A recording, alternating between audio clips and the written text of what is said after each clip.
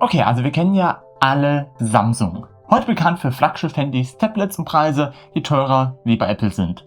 Naja, aber auf jeden Fall dieses Tablet ist auf jeden Fall nicht das Samsung, was wir heute kennen.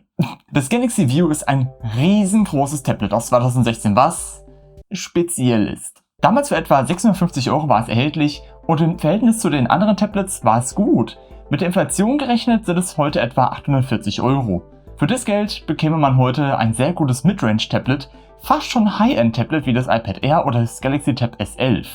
Denn auch so in puncto Performance ist das Tablet ja auch auf solch ein Level. Und wenn ihr jetzt meint, dass da in diesem Galaxy View irgendwelche Kartoffelhardware drin arbeitet, dann muss ich euch enttäuschen. Wir können es etwa hier auch ganz kurz machen, denn das Tablet hier ist quasi von Performance dieses Telefon hier. Ein Galaxy S5 Neo. Dieselbe Menge Arbeitsspeicher, doppelt so viel interner Speicher und denselben Chip wie beim S5 Neo. Ein Exynos 7580. Zum Prozessor ist zu sagen, dass es in 2016 ein Midrange-Prozessor war, aber dem Snapdragon 801 aus dem S5 etwas überlegen ist in puncto Threads, aber etwas stromhungriger ist. Hier in dem Galaxy View ist der Chip ein Hauch schneller, wie es bei dem S5 Neo hier der Fall ist. Ist vielleicht höchstwahrscheinlich, da das Gehäuse etwas mehr zum Kühlen hat, aber wer weiß. Was auch größer ist, ist der interne Speicher von 32 GB, der bei dem S5 Neo nur 16 GB beträgt. Ach, die Zeiten, wo die Handys alle nur 16 GB internen Speicher hatten und wo man noch für billig Geld den Speicher erweitern konnte mit einer Micro-SD-Karte. Hier in dem Tablet kann man auch den Speicher erweitern, wenn dieser zu gering werden sollte. Ich verstehe nur nicht, warum Samsung uns nicht die Möglichkeit gegeben hat, eine große SD-Karte und keine Micro-SD einzusetzen. Das Tablet ist groß, es ist Platz da. Alle Kameras, die es zu der Zeit gab, nutzen die großen SD-Karten. Runter auf Micro-SD kann man adaptieren, aber nicht andersherum. Und da geht es auch weiter mit den Anschlüssen. Wir haben einen Kopfhöreranschluss, Micro-USB und einen Netzteilstecker. Ja, aufgrund da der Akku von dem Tablet sehr groß ist mit 5700 mAh, würde es über Micro-USB eine Ewigkeit benötigen, das Tablet aufzuladen. Plus, wenn es mal tiefentladen sei, da es wenigstens durch das Netzteil das große Display betrieben werden kann. Aufladen geht aber dann nur über den Netzteilanschluss. Was noch geil wäre, wenn das Tablet einen HDMI-Eingang hätte, dass man es zumindest auch als portablen Monitor missbrauchen kann. Oder was weiß ich hier, ein USB-C-Anschluss, der dann auch das schnellere Laden unterstützt oder dann auch einen Bildeingang. Und Samsung hat ja 2016 ein Handy veröffentlicht mit einem USB-C-Anschluss, was ja das heißeste Gerät aus 2016 war. Das Galaxy Note 7. Ja, das hat einen USB-C-Anschluss gehabt. Das erste.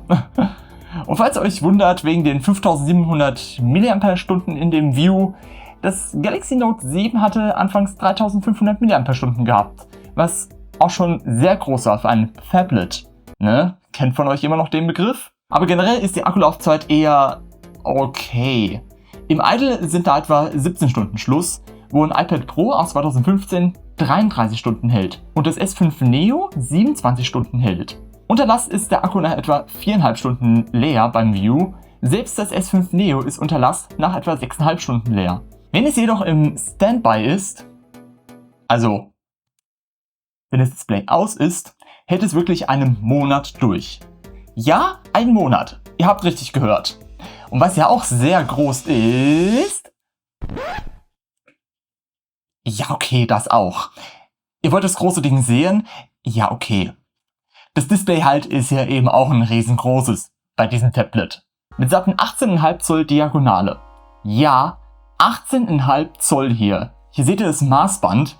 Ist das Galaxy View ein enorm großes Tablet. Im Vergleich sieht eine Switch 1 einfach nur niedlich aus.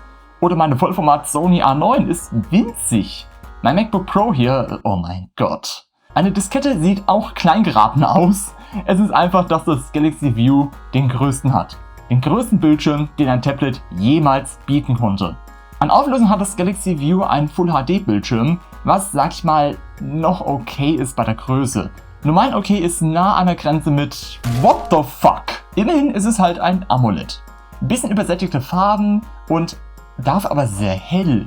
Theoretisch gäbe es von Lenovo ein Tablet, was noch größer ist, mit satten 27 Zoll. Aber so wie ich das hier nachgelesen habe, ist es nicht wirklich ein Tablet-PC mehr, sondern mehr so ein stationärer PC oder so ein sogenannter Tisch-PC. Nichtsdestotrotz macht es einfach nur Unmengen Spaß, auf dem Galaxy View sich Content anzusehen. Sei es YouTube, Netflix oder Disney Plus, ist es mit der Größe optimal. Gerade auch mit dem eingebauten Standfuß, der eher so gewollt, aber nicht gekonnt wirkt, ist er wenigstens eine kleine Hilfe, das Ding entweder liegend oder stehend zu betreiben. Ich denke einfach nur mal dran, draußen auf dem Balkon zu sitzen, das View zu haben und auf dem großen Bildschirm dann Netflix and Chill machen. Das sagt der kein Netflix hat. Ja, wobei es gibt aber auch noch zwei Sachen, die bei den Tablet noch etwas blöd sind. Erstens die Lautsprecher und das System. Zum System lässt sich gleich sagen, mit Android 5.1.1 Lollipop ist es, etwas in die Jahre gekommen. Lollipop gab es seit 2014 und 2016 gab es dann schon Android 7 Nougat. Dieses Tablet hier hat aber nur Android 5 Lollipop gesehen. Noch nicht mal Android 6 Marshmallow, was seit 2015 existierte. Auf der anderen Seite ist oder war Samsung eine ganze Zeit lang bekannt, ihre Geräte absolut zu überladen mit ihrem TouchWiz. Siehe Galaxy S4 hier. Super Komponenten drin, aber miserable Software. Ding ist nur, aus heutiger Sicht, diese Android-Version ist einfach total veraltet und die meisten Streaming-Apps sind inkompatibel mit dem Gerät hier. Ja, selbst bei YouTube kann man auf die aktuellste Version da updaten. Vorher hatte ich auch kurz über die Lautsprecher erwähnt, dass sie ja jetzt nicht so dolle sind. Und wenn man es mit einem Smartphone oder Tablet vergleicht, sind diese in dem View schon viel besser, nur bei der Größe jedoch erwartet man Besseres. Dann aber, dass Nintendo mit Silicon Graphics arbeitet für die Technik des Ultra 64. Es hört sich irgendwie so dumpf an hier bei dem Tablet. Ach, und dabei ist es irgendwie auch ein schönes Tablet. Aufgrund der Größe und dem eingebauten Standfuß, der halt nicht abgeht, ist es dennoch irgendwie geil, oder? Aber es war auch damals so die Zeit bei Samsung auch, wo sie sehr viel experimentiert haben und die haben halt was gewagt. Ja, und das sieht man halt hier mit diesem Tablet. Hier könnte ich auch das Galaxy Beam in den Raum werfen, was einen eingebauten Beamer drin hat. Aber das ist ein Thema für ein anderes Video. Zumindest hat Samsung noch gemeint, einen Nachfolger des Galaxy Views zu veröffentlichen mit dem kreativen Namen Galaxy View 2, welches 2019 kam. Performance-mäßig eher, wieder so im Mittelfeld, dafür einen besseren Standfuß und bessere Lautsprecher.